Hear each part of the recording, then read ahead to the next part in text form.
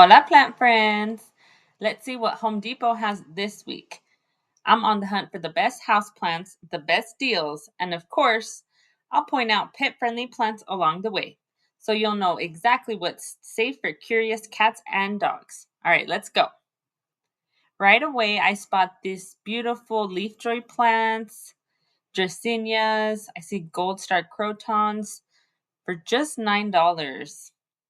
That is quite a steal. And then these anthuriums are only $10. They are such vibrant red flowers. Let me know if you have any of these. I've never purchased one myself, but I love that pop of color. It looks like this is a flamingo flower. Okay, quick pet reminder. Dracaenas, Crotons, and anthuriums are all considered toxic to pets. So it's best to keep them out of reach if you do have furry members. Ooh, look at these Aglaonemas along with the white knight. I see some beautiful ZZ plant, golden crocodile. These are all $20. Stunning foliage plants, but none of these are pet friendly. I found this gorgeously variegated pothos for $13. I absolutely love the variegation, although I did notice a few dry leaves. Here is another pothos, very lush.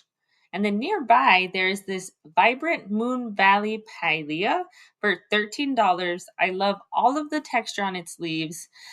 Keep in mind, the pothos is a plant that's toxic to pets, but the Moon Valley Pilea is considered pet friendly.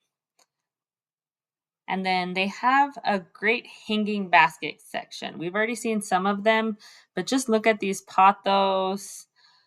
I believe they were all $22. They have Scindapsus, several varieties of pothos. And then this Scindapsus is huge. If you are shopping for pet-safe options only, the Staghorn Fern is a winner. It's considered pet-friendly.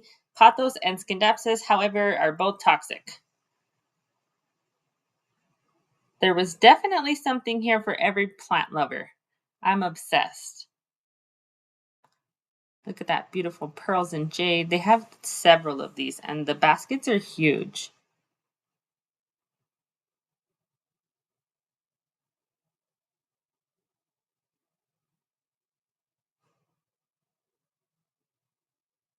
Personally, I do love the Enjoy over the Pothos pearls and jade, but they are both very beautiful.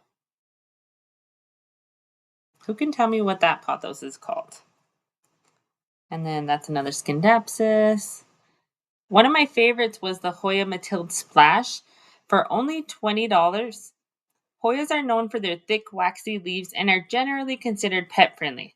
So that makes this one an easy recommendation for pet owners. Then I did wander over to the cacti section where prices started around $8 along with a huge variety of succulents. Keep in mind, most cacti aren't toxic, but those spines can definitely cause injuries. And they're still not ideal around curious pets or small children. My favorite display might have been the Haworthias section. They had so many varieties plus several aloes as well. Haworthias are pet friendly, while aloes are unfortunately toxic to cats and dogs. Which plant would you be taking home today? Let me know in the comments.